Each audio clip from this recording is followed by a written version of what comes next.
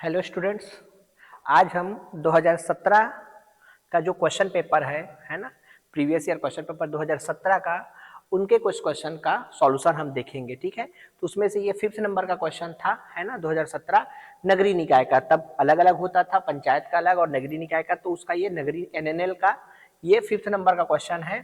ठीक है, तो स्टार्ट करते हैं question. HM between the roots of equation x square minus 10x plus 11 equal to 0। HM means harmonic mean. ठीक है, हिंदी में भी क्वेश्चन है आपके पास। समीकरण x square minus 10x plus 11 बराबर 0 के मूलों का हरात्मक माध्य ज्ञात कीजिए, है ना।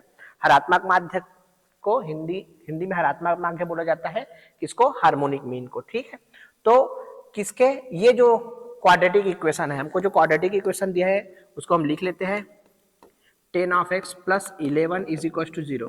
ये जो हमारा क्या है, क्वाड्रेटिक इक्वेशन है, इसका जो रूट आएगा, तो हमको पता है कि इसके दो रूट आएंगे, तो दो रूट आएंगे, उन्हीं का हमको हार्मोनिक मीन निकालना है। ठीक है, तो हम मान लेते हैं कि ये जो समीकरण के दो रूट्स हमारे क्या है, ए और बी है। ठीक है, आप अल्फा बीटा कुछ भी मान सकते हैं। ठीक है, तो इनका हमको हार्मोनिक मीन फाइंड करना है। तो दो नंबर का हार्मोनिक मीन हमको पता है कि क्या होता है, ये दोनों number 2ab upon a plus b, ये हमको फाइंड करना है। ठीक है, तो हमको anyhow a into b का मान मिल गया और a प्लस बी का मान मिल जाएगा, तो हम इसमें रख देंगे, तो हमको h का मान मिल जाएगा, जो कि हमारा क्या है, हार्मोनिक मीन है। तो अब ये क्वेश्चन क्यों दिया गया है, ऐसे ही कनेक्ट करके, हार्मोनिक मीन को डायरेक्ट दो नंबर के बीच का नहीं पूछा है, वो कहां से कनेक्ट किया है, क्वाड्रेटिक इक्वेशन से। तो अच्छा क्वेश्चन है। क्यों? क्योंकि हमको पता है कि जब क्वाड्रेटिक इक्वेशन दिया है तो इसके दो रूट आएंगे, और हम थ्योरी ऑफ इक्वेशन जिसमें समीकरण में जो पढ़ते हैं उसमें क्या होता है, जो रूट होते हैं उनका रिलेशन इनके कोफिशिएंट से होता है, जिसमें क्या क्या रिलेशन होता है, सम ऑफ रूट्स और प्रोडक्ट ऑफ रूट्स। तो ये क्वाड्रेटिक इक्वेशन है, दो रूट्स आएंगे, तो हमको पता है कि दोनों रूट का सम, तो हम हमारे केस में दोनों रूट क्या है, ए और बी माने हैं, इनका जो सम है वो क्या होता है, माइनस बी। जैसे कि इसको हम किस तरीके से ले लें, ये जो हमारा, इसको हम इससे कंपेयर करें, ये जो हमारा इक्वेशन है, यहां लिख देता हूं मैं, अगर ये इस टाइप का है, A X square plus B of X plus C equal to 0, ये इस तरीके से होगा, है स्टैंडर्ड फॉर्म इसका। ठीक है, तो ए की वैल्यू हमारे पास 1 है, बी की वैल्यू -10 और सी की वैल्यू 11।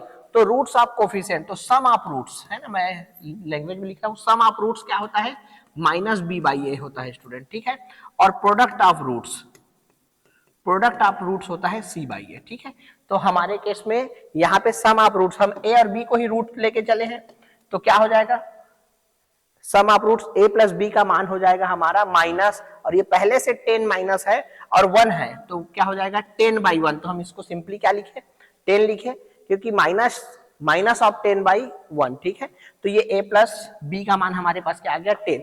वैसे ही हमारा प्रोडक्ट ऑफ रूट यहीं पे निकाल लेते हैं। प्रोडक्ट ऑफ रूट क्या होता है, c, जो कांस्टेंट वाला टर्म होता है उसका वो, और अपॉन a, तो कांस्टेंट वाला टर्म है हमारा 11 बाई इसका कोफिशिएंट है 1, तो इसका भी मान क्या हो गया, 11। ठीक है, 11/1 मतलब 11।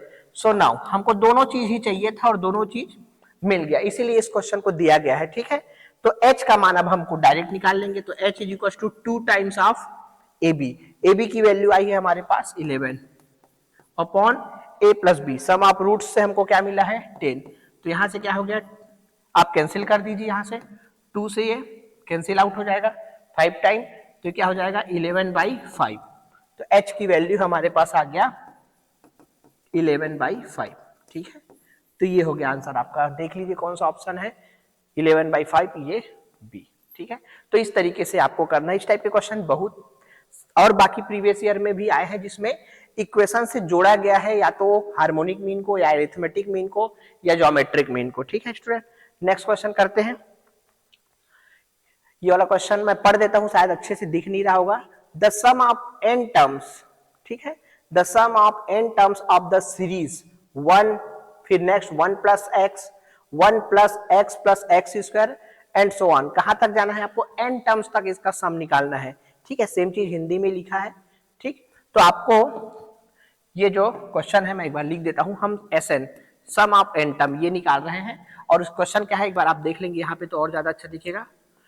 फर्स्ट टर्म है हमारा स्टूडेंट 1, सेकेंड टर्म है हमारा 1 प्लस एक्स, थर्ड टर्म हमारा हो जा रहा है 1 plus x into x square. तो ऐसे ही ये हमको एन टर्म का सम निकालने बोल रहे हैं। तो कहाँ है एन टर्म्स, कैसे होगा 1 प्लस एक्स स्क्वायर और कहाँ तक जाएगा एक्स की पावर एन तक जाएगा। इतना समझना है आपको, ठीक है।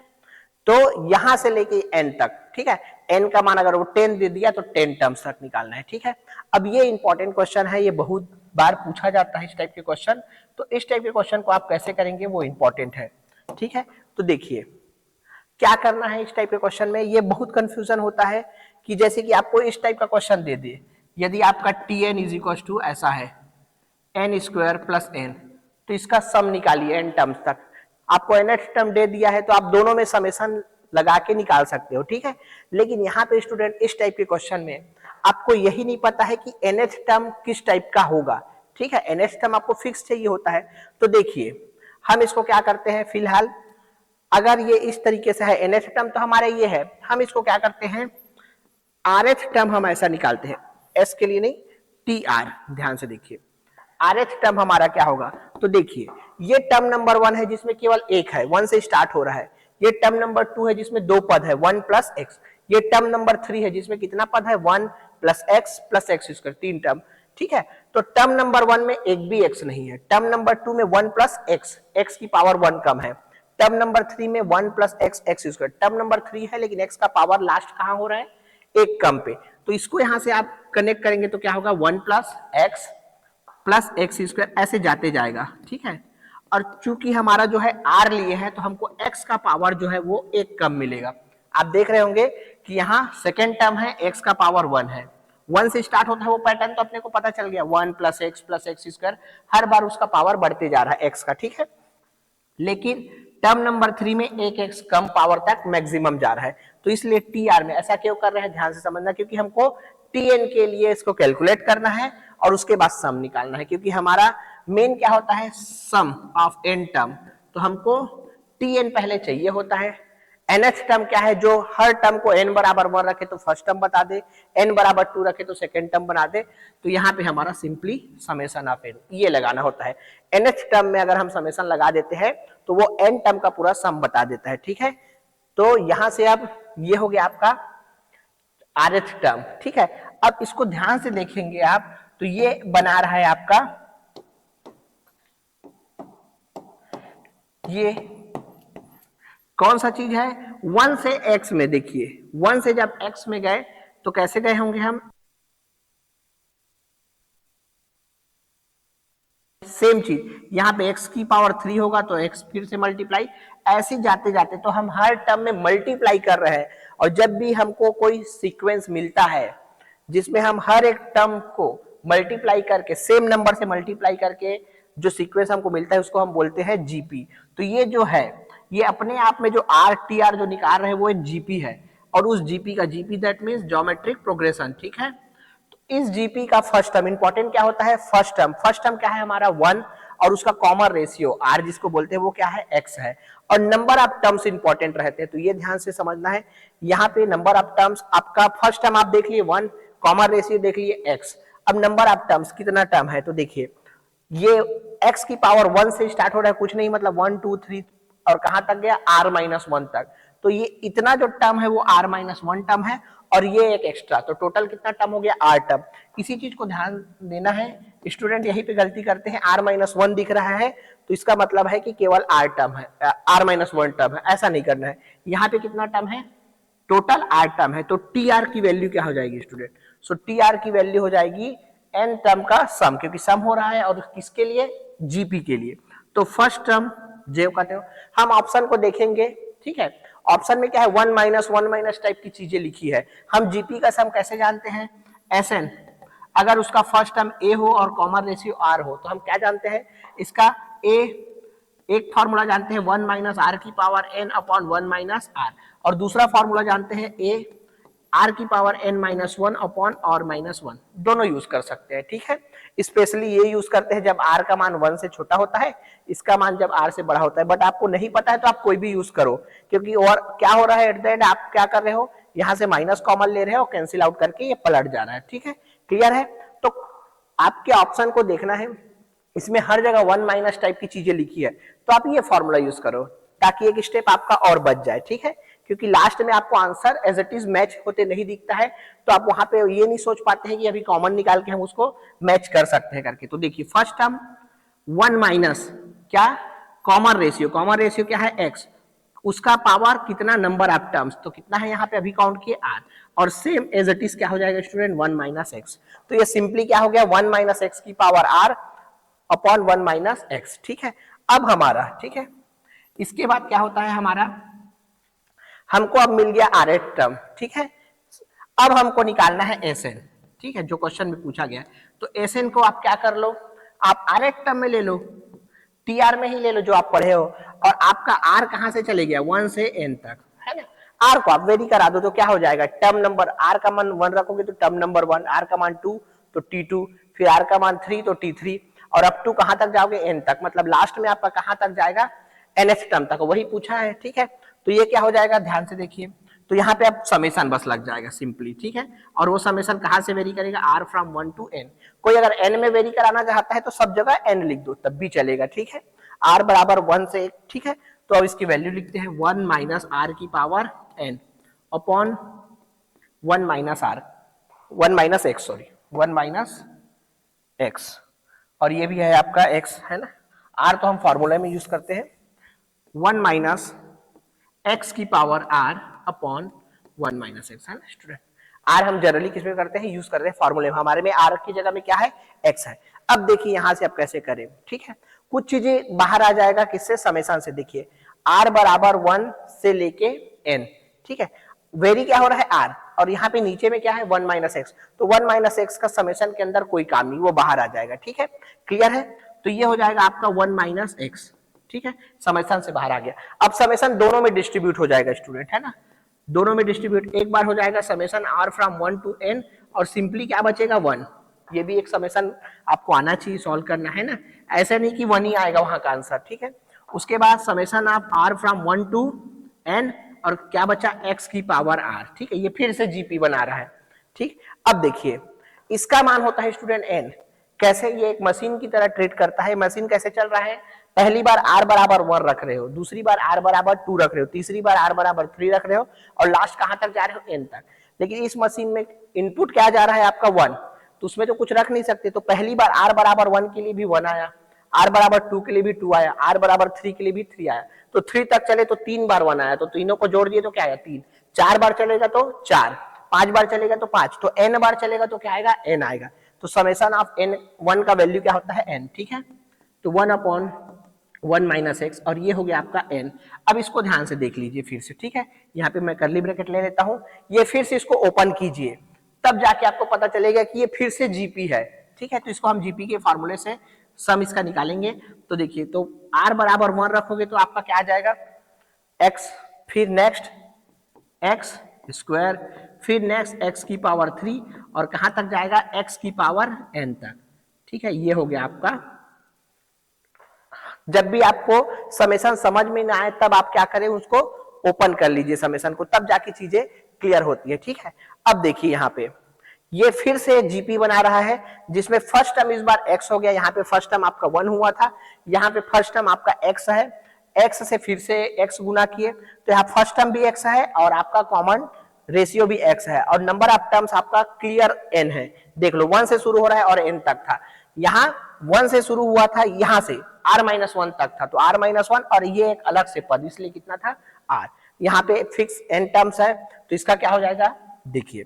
इसके बाद ये सॉल्यूशन 1 माइनस एक्स, ये हमारे पास आ गया है n माइनस, ठीक है, फर्स्ट टर्म x, और 1 माइनस नंबर ऑफ क्या रेशियो में क्या नंबर ऑफ टर्म्स, तो x की पावर n, और नीचे में 1 minus r, that means 1 minus x हमारे केस में। ठीक है, तो ये 1 माइनस x हो गया। ठीक, अब इसको अच्छे से अब जब हम लिखेंगे, तो मैं यहां लिख रहा हूं, देखिए यहाँ पे कुछ भी नहीं है, तो एलसीएम आ जाएगा 1, तो 1 माइनस एक्स एलसीएम आ गया, तो 1 माइनस एक्स यहाँ n से मल्टीप्लाई हो जाएगा, और 1 माइनस एक्स 2 बार है तो क्या हो जाएगा स्क्वायर हो जाएगा। तो देखिए एक ही स्टेप में हम आंसर लिखते हैं n इंटू 1 माइनस एक्स, ठीक है, और माइनस का x 1 माइनस एक्स की power n upon 1 minus x 2 बार हो गया स्टूडेंट, तो इसलिए क्या आ जाएगा 1 माइनस एक्स का स्क्वायर। क्लियर है, समझ में आ गया। तो ये क्वेश्चन इस तरीके से है ना। लगता ऐसे है कि नहीं हो पाएगा, बट आराम से आपको इतना ही ध्यान रखना है कि आपको यहाँ पे टर्म्स बढ़ रहे हैं, एक टर्म, दो टर्म, मतलब टर्म्स में हर एक पद में नंबर ऑफ टर्म्स बढ़ रहा है, एक में केवल एक कंटेंट, एक में दो, फिर तीन, ऐसे बढ़ रहे हैं। तो इसलिए आपको टीआर, जो टीएन जिसको बोलते हैं, वो फाइंड करना ही सबसे इंपॉर्टेंट होता है। उसके बाद एसएन मतलब एक ही चीज, एसएन मतलब समेशन ऑफ टीएन, ठीक है। तो वो रख के जनरली जीपी का क्वेश्चन ज्यादा रहता है इसमें। तो देखिए वो है n 1 minus x, x 1 minus x की पावर एन, और आपका 1 माइनस एक्स स्क्वायर। तो ये हो गया स्टूडेंट आपका आंसर सी, ठीक है। क्वेश्चन शायद अच्छे से दिख नहीं रहा होगा, ये छोटा हो गया था, तो ठीक है। तो इस तरीके से आपको करना है, ठीक है। चलिए नेक्स्ट क्वेश्चन में हम बढ़ते हैं, ठीक है, थोड़ा फास्ट करते हैं। ये वाला भी क्वेश्चन देखिए, if the sum of roots of the equation ax square plus bx plus c equal to 0 is equal to sum of squares of reciprocals of the roots, then bc square ca square ab square are in, ठीक है। आप देख सकते हैं ये question paper 17 का, ये just 15 number का ही क्वेश्चन। अब कौन से सेट में है वो मेरे को नहीं पता, ठीक है। देखिए यदि समीकरण हिंदी में पढ़ते हैं, यदि समीकरण ax square plus bx plus c के मूलों का योग, दो ही मूल होगा स्टूडेंट, उनके मूलों का योग उनके व्युत्क्रमों के वर्ग के योग के बराबर है। तो इसको हमको समझना होगा, ठीक है। तो देखिए हमारे पास जो समीकरण दिया है, इस क्वेश्चन को करते हैं, ax square plus b of x plus c equal to 0, ये हमको समीकरण दिया गया है। और इसमें क्या बताया है कि इनके जो मूल है उनका जो योग है, तो हम मान लेते हैं पहले तो एक एक स्टेप की अल्फा बीटा इसके दो रूट्स है, ठीक है। ये हमारे दो रूट्स है। अब इसमें क्या बताया है कि अल्फा प्लस बीटा, क्या बोल रहा है, यहाँ हिंदी पे पढ़ देता हूं, मूलों का योग। तो हम अल्फा प्लस बीटा कर दिए, वो किसके बराबर है बोल रहा है, इसके वर्गों के बराबर, उनके व्युत्क्रम के वर्गों के योग के बराबर है। तो ये हम ले लेते हैं 1 upon alpha square plus 1 upon beta square, क्योंकि स्क्वायर के बराबर है ऐसा बता रहे हैं, ठीक है। और उसके बाद ये कंडीशन है, बाद में ये करना है कि बी सी स्क्वायर सी ए स्क्वायर और ए बी स्क्वायर किस में है, क्योंकि क्वेश्चन उन्हीं से है, सीक्वेंस सीरीज का अरिथमेटिक प्रोग्रेशन में है, ज्योमेट्रिक प्रोग्रेशन में है, या हार्मोनिक प्रोग्रेशन में है, ये बताना है। तो स्टूडेंट देखिए, आप क्वेश्चन को जो पूछा है वहां से शुरू करेंगे तो ये चीजें सॉल्व होगा ही नहीं, ठीक है। इसमें जो कंडीशन दिया है उसी कंडीशन को आपको लेके करना है। फर्स्ट क्वेश्चन भी मैं आपको कराया था, उसमें भी क्वाड्रेटिक इक्वेशन था। तो क्वाड्रेटिक इक्वेशन टाइप के क्वेश्चन में जब एपी जीपी एचपी के क्वेश्चन इन्वॉल्व होते हैं तो ध्यान आपको ये रखना है कि हमको कहीं ना कहीं उनके कोफिशिएंट और रूट्स के बीच रिलेशन का यूज करना है। तो देखिए स्टूडेंट, मैं क्या लिया हूं, पहले क्वेश्चन में आपके लिए मैं ए और बी लिया था, यहां मैं अल्फा और बीटा लिया हूं। क्यों ऐसा किया हूं, क्योंकि पहले से ही क्वेश्चन में क्या दिया है, ए बी और सी वो पहले से दे दिया है। तो इन चीजों से आपको बचना है, ठीक है। जो नोटेशन, जो वेरिएबल अगर क्वेश्चन में पहले से यूज है तो आप उनके बदले दूसरे वेरिएबल्स या दूसरे नोटेशंस यूज कीजिए, ठीक है। तो अब देखिए इसको यही रखते हैं, ठीक है। अभी यहां से कंटिन्यू करेंगे। पहले हमको क्या पता है वो हम यहां लिख लेते हैं साइड में। हमको ये पता है कि अल्फा प्लस बीटा बराबर क्या होगा, दोनों रूट है तो दोनों का सम क्या होगा स्टूडेंट, माइनस बी बाई ए, ये हमारा, ठीक है, हमारे पास ये ऑलरेडी है। और ये होगा student alpha beta is equal to क्या हो जाएगा आपका सी बाई ए, ठीक है। ये भी जस्ट देखे हैं इससे पहले फर्स्ट क्वेश्चन में, ठीक है। तो अब देखिए इसको, alpha plus beta is equal to 1 by alpha square plus beta square. अब इसको सॉल्व करते हैं, इसको as it is alpha beta को ऐसे ही रखते हैं स्टूडेंट। ये वाला हमारा क्या हो जाएगा, कॉमन हमारा एलसीएम हो जाएगा अल्फा स्क्वायर बीटा स्क्वायर। तो ऊपर में भी क्या आएगा, बीटा स्क्वायर पहले आएगा फिर अल्फा स्क्वायर, तो हम उसको ऐसे लिख देते हैं alpha square plus beta square, ठीक है। हम चाह रहे हैं अल्फा प्लस बीटा के जगह में हमको पता है कि हम माइनस बी बाई ए लिख सकते हैं, अल्फा बीटा के जगह में हम लिख सकते हैं सी बाई ए, लेकिन हमको अल्फा स्क्वायर और बीटा स्क्वायर के बारे में नहीं पता है, ठीक है। तो उसी को हम लोग क्या करते हैं, इन दोनों के हेल्प से हम क्या alpha square plus beta square का मान लिख सकते हैं। तो देखिए alpha plus beta as it is, ठीक है। अब इसको देखो मैं लिख रहा हूं alpha square plus beta square को क्या मैं ऐसा लिख सकता हूं, अल्फा प्लस बीटा का होल स्क्वायर। ऐसा क्यों लिखा, क्योंकि मेरे पास ये रिजल्ट है। लेकिन ऐसा करने से क्या आता है, अल्फा का स्क्वायर प्लस बीटा का square plus 2 alpha beta extra आ जाएगा। तो उसको मैनेज करने के लिए मैं लिख देता हूं 2 अल्फा बीटा, हो गया फिर ये बराबर। इसको ओपन करके आप देख लेना, यही आएगा, ठीक है। क्यों ऐसा किया, क्योंकि हमारे पास in terms of alpha plus beta in terms of alpha into beta का रिजल्ट है, लेकिन अल्फा स्क्वायर और बीटा स्क्वायर का नहीं है, तो हम इस रिजल्ट को फॉर्मूला से कन्वर्ट कर दिए। ठीक है, अब सारे चीजों का आंसर हमको बी और सी के टर्म्स में मिल जाएगा। ठीक है, so alpha square beta square, alpha square beta square मतलब अल्फा इंटू बीटा का होल स्क्वायर।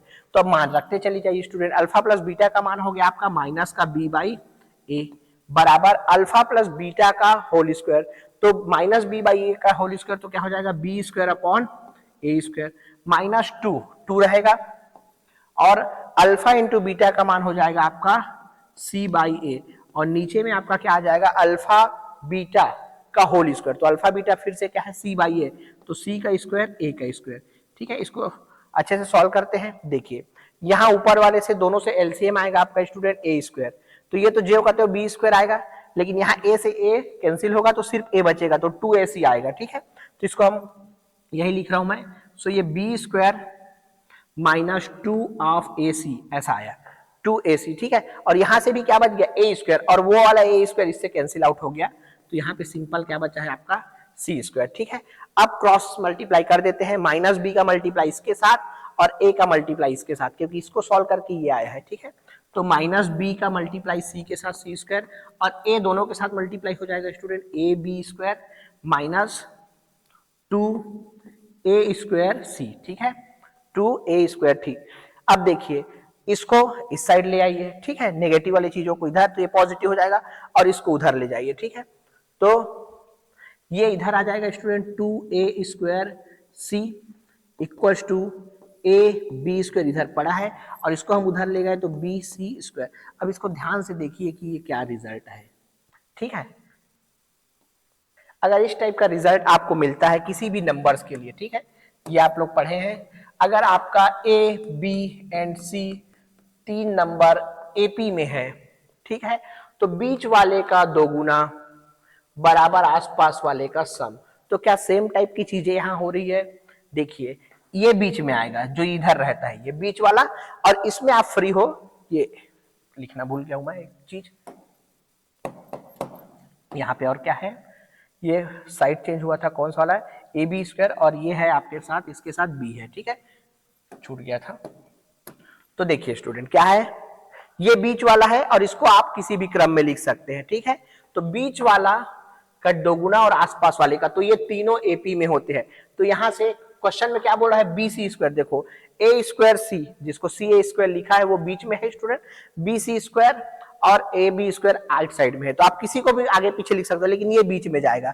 तो ये क्या आपका इंप्लाई करता है, ये इंप्लाई करता है कि आपका ये वाला कौन सा वाला बी सी स्क्वायर, और बीच में क्या आएगा सी ए स्क्वायर, और लास्ट में क्या आएगा जो आपका है ए बी स्क्वायर। ये तीनों आपके कौन से में है, एरिथमेटिक प्रोग्रेशन में है। ठीक है स्टूडेंट, इस तरीके से आपको क्लेम करना है। ठीक है, तो ये अच्छा क्वेश्चन है ना, तो इसको इस तरीके से आपको सॉल्व करना है।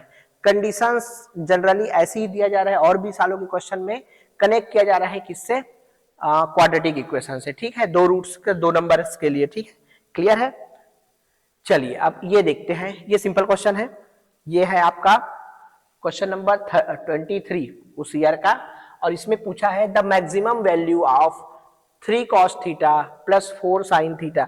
इसका सिंपल सा फॉर्मूला होता है स्टूडेंट, अगर ऐसे ही करने जाओगे तो आपको मिलेगा नहीं। कई स्टूडेंट ऐसा सोचते हैं कि मैक्सिमम इसका cos थीटा का वर रखेंगे, उसका भी वर रखेंगे, ऐसा सोचते हैं। ठीक है, इसका देखिए गलत अप्रोच जो होता है, cos theta plus 4 sin theta, तो क्या होता है कि इसका मैक्सिमम हमको पता है कि कॉस का रेंज क्या होता है -1 से 1, और इसका भी रेंज -1 से 1, तो किसके लिए बात कर रहा है मैक्सिमम के लिए, तो मैक्सिमम के लिए कॉस का क्या रख दे 1 रख दे, और साइन का भी 1 रख दे, तो 3 प्लस इसका 1 रख दे, तो 3 का गुणा 1 के साथ 1, 4 का गुणा 1 के साथ, तो इस तरीके से वो अगर ऑप्शन में 7 है तो वो मार्क करके आगे बढ़ जाते हैं।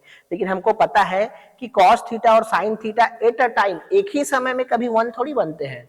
ठीक है, जब हम साइन 90 लेते हैं स्टूडेंट तो साइन 91 होता है, लेकिन उसी समय साइन पे कॉस 90 का मान क्या हो जाता है 0। अगर हम 0 डिग्री पे देखते हैं तो कॉस 0 का मान क्या हो जाता है 1, लेकिन उसी समय साइन 0 का मान क्या हो जाता है। ठीक है, क्योंकि देख लीजिए एंगल सेम है, अगर एंगल अलग अलग होते तब अलग बात है। ठीक है, तो इसके लिए एक स्पष्ट फार्मूला रहता है, आप इसमें भी देखेंगे ग्राफ में। ठीक है, कि 1 तक जाएगा फिर नीचे जाएगा, और दोनों ग्राफ जैसे साइन का ग्राफ इस तरीके से चलता है। ठीक है, ये कंटिन्यूएशन में, और क्रॉस का ग्राफ यहां से चलता है, ठीक है, तो अलग अलग जगह पे है, ठीक है, जहां पे वो 1 हो रहा है वहां पे वो 0 हो रहा है, जहां पे वो 1 हो रहा है वहां पे ये 0 हो रहा है, क्लियर है। तो इसका एक सिंपल सा फॉर्मूला है, ठीक है, जिसको आप को याद रखना है।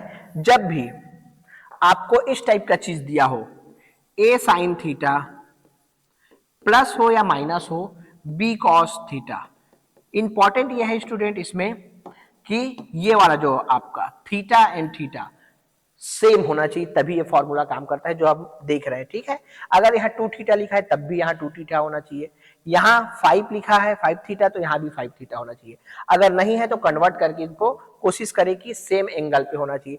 तब अगर इस तरीके से होता है तो इसका जो रेंज है, रेंज मतलब कहां से कहां तक वो वैल्यू दे सकता है, तो इसका जो रेंज होता है स्टूडेंट वो होता है क्लोज इंटरवल में minus under root A square plus B square से लेके प्लस का A square plus B square, clear है।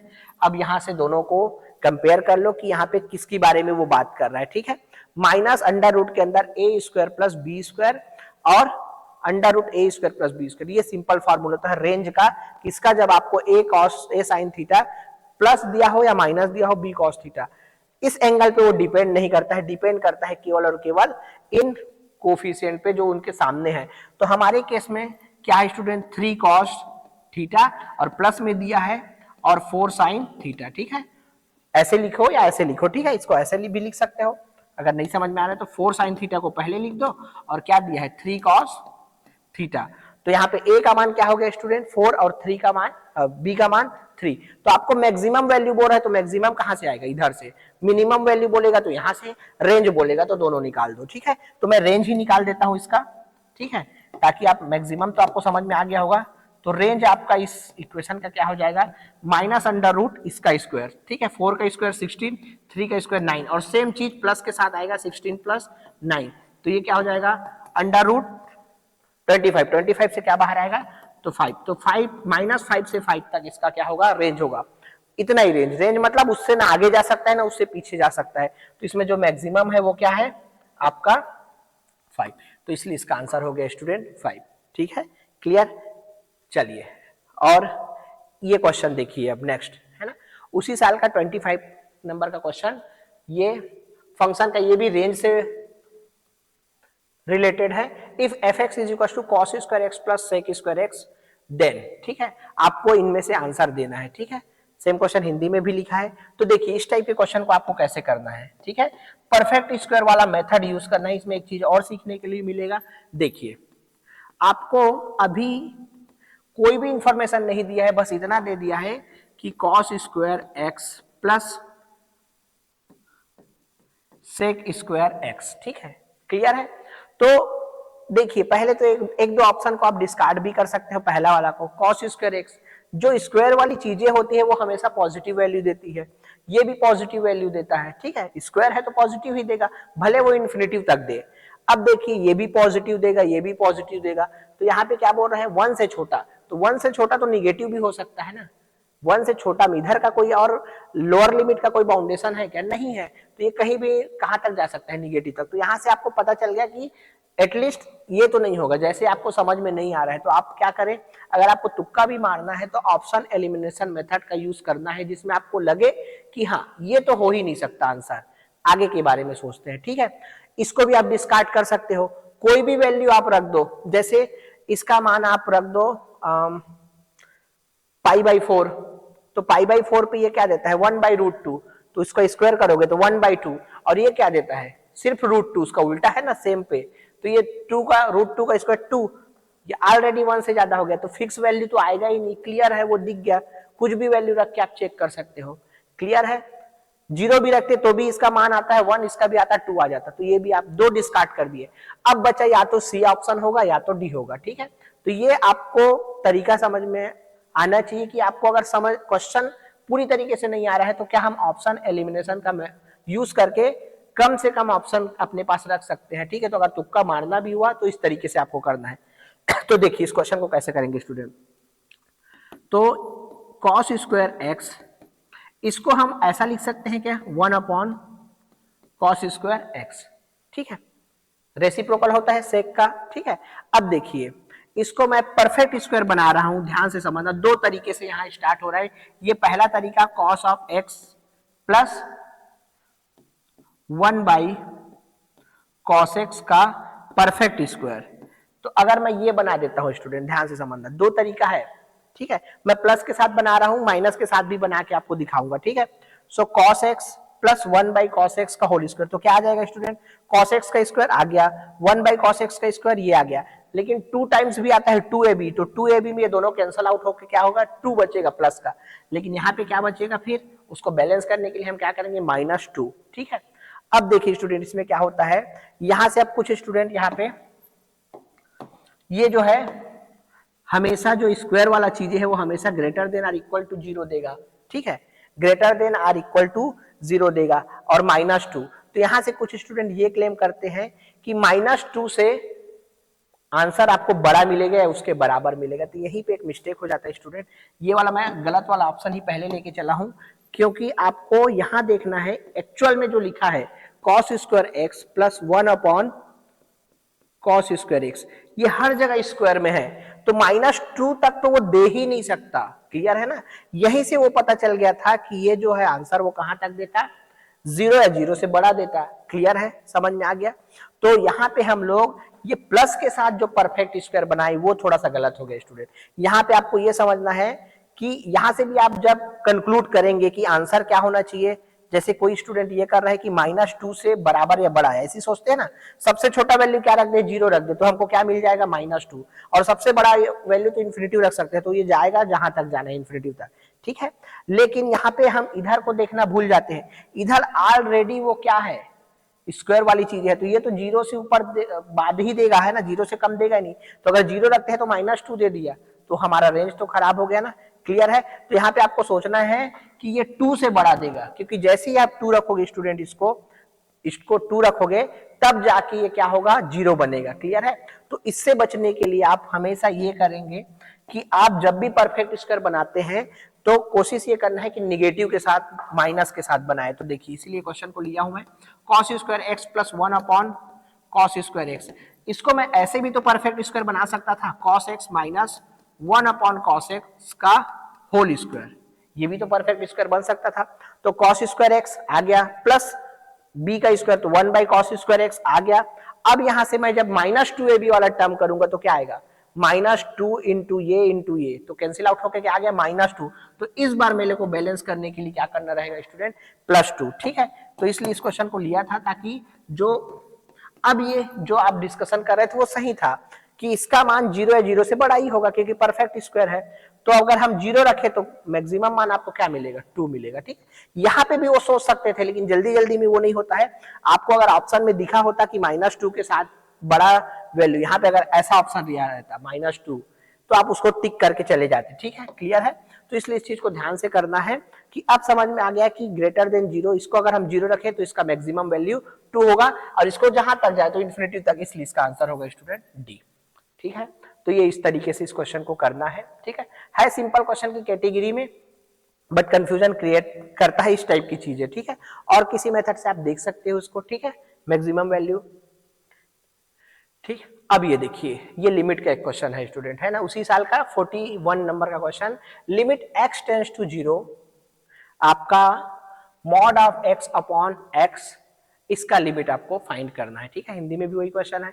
तो देखिए स्टूडेंट, यहाँ पे मॉड जब भी इन्वॉल्व हो जाता है या ग्रेटेस्ट इंटीजर टाइप की चीजें, ठीक है, ये इंपॉर्टेंट फंक्शन है और इनके बारे में आपको अच्छे से पता होना चाहिए। मॉडुलस फंक्शन हो गया और greatest integer function, fractional part function, है ना।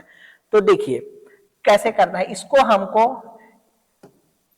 लेफ्ट हैंड लिमिट और राइट हैंड लिमिट की हेल्प से करना है, क्योंकि यहाँ पे 0 पे दिया है स्टूडेंट। तो देखिए हम जब भी हमारा जो फंक्शन है वो है simple mod of x upon x, इसकी लिमिट फाइंड करनी है। तो देखिए हम limit, left hand limit at x equals to 0, ये हमको फाइंड करना है। तो इसको हम कैसे लिखते हैं notation wise, limit h tends to 0, और हमारा फंक्शन के अंदर में चले जाएगा स्टूडेंट 0 से थोड़ा सा छोटा, क्योंकि h हमेशा हम पॉजिटिव क्या करते हैं, कंसीडर करते हैं।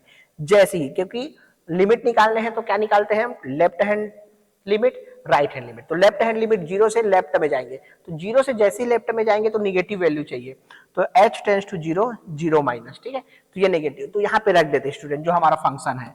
सो limit h tends to zero, ठीक है, मॉड के अंदर हमारा क्या जा रहा है, देखिए फंक्शन को क्या जा रहा है, फंक्शन हमारा ये है जहां जहां x है वहां वहां क्या जाएगा, zero minus H, so zero minus H mod के अंदर है, और नीचे सिंपल जीरो माइनस एच, ठीक है, तो इसको हम लिखते हैं limit h tends to zero.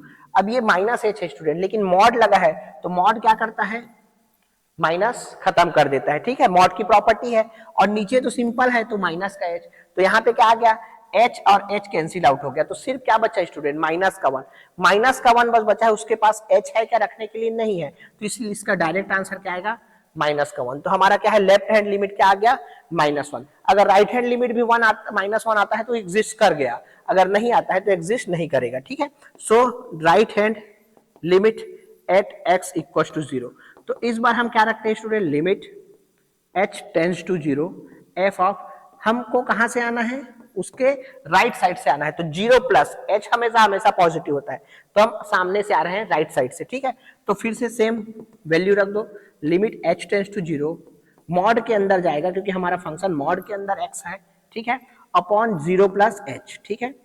अब limit h tends to zero, तो ये मॉड के अंदर भी प्लस में है तो प्लस से ही ओपन होगा, कोई फर्क नहीं पड़ता है, लेकिन यहाँ पे नीचे भी प्लस था, यहाँ ऊपर में क्या हो गया था, नीचे में जीरो माइनस था, तो इस बार कैंसिल आउट हुआ स्टूडेंट, तो यहाँ पे आ गया वन, तो h रखने के लिए कोई जगह नहीं है, तो क्या हो गया वन, तो यहाँ पे हमको दिख रहा है स्पष्ट, left hand limit not equal to right hand limit, तो जब दोनों लिमिट दोनों राइट हैंड और लेफ्ट हैंड लिमिट इक्वल नहीं होते हैं तो उस फंक्शन का लिमिट एग्जिस्ट नहीं करता है, ठीक है, कहीं ना कहीं जो ग्राफ है उसका वो टूटा हुआ रहता है, ठीक है, क्लियर है। तो चलिए नेक्स्ट क्वेश्चन है आपका 44 नंबर। उस समय सीक्वेंस सीरीज से बहुत सारे क्वेश्चन आए थे, देखिए फिर से एक और क्वेश्चन है, if h is the harmonic mean, और हार्मोनिक मीन से ज्यादा आया था, और ये भी मैं बता दूं स्टूडेंट आपके सिलेबस में स्पेसिफाई करके नहीं लिखा गया है कि हरात्मक श्रेणी आपके सिलेबस में है, बट फिर भी क्वेश्चन हर साल मिल रहे हैं ना, तो इसको जरूर पढ़ना है। If S is harmonic mean between P and Q, मतलब पी और क्यू के बारे में ही बात कर रहा है कि उसका हार्मोनिक मीन एच है, तो इसका वैल्यू आपको फाइंड करना है। H is harmonic mean between P and Q, then value of H by P plus H by Q will be, ठीक है, सेम यदि H P और Q के बीच हरात्मक माध्य है तो इसका मान आपको ज्ञात करना है, तो ठीक है, तो सिंपल है स्टूडेंट, हम लोग अभी देखे थे कि अगर हमारे पास A और B दो नंबर हैं, रूट में देखे थे, तो उसका हार्मोनिक मीन हम कैसे निकाले थे, 2 of AB upon A plus B, ठीक है, बस यहाँ पे रिप्लेस कर देना है, A और B के जगह में क्या है, P और Q है, तो 2PQ upon P plus Q, ठीक है, इतना ही है। तो इसको स्टार्ट करते हैं, वेरिएबल से कंफ्यूज नहीं होना है, तो P और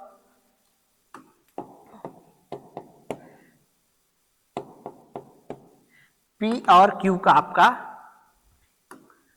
क्या है, आपका P और Q दो नंबर्स है, ठीक है, इसका हमको पता है कि हार्मोनिक मीन क्या होगा, 2PQ, सिंपल क्वेश्चन है, 5-7 सेकेंड का ही क्वेश्चन है, अगर आप फास्ट करेंगे तो ये हो गया इसका हार्मोनिक मीन।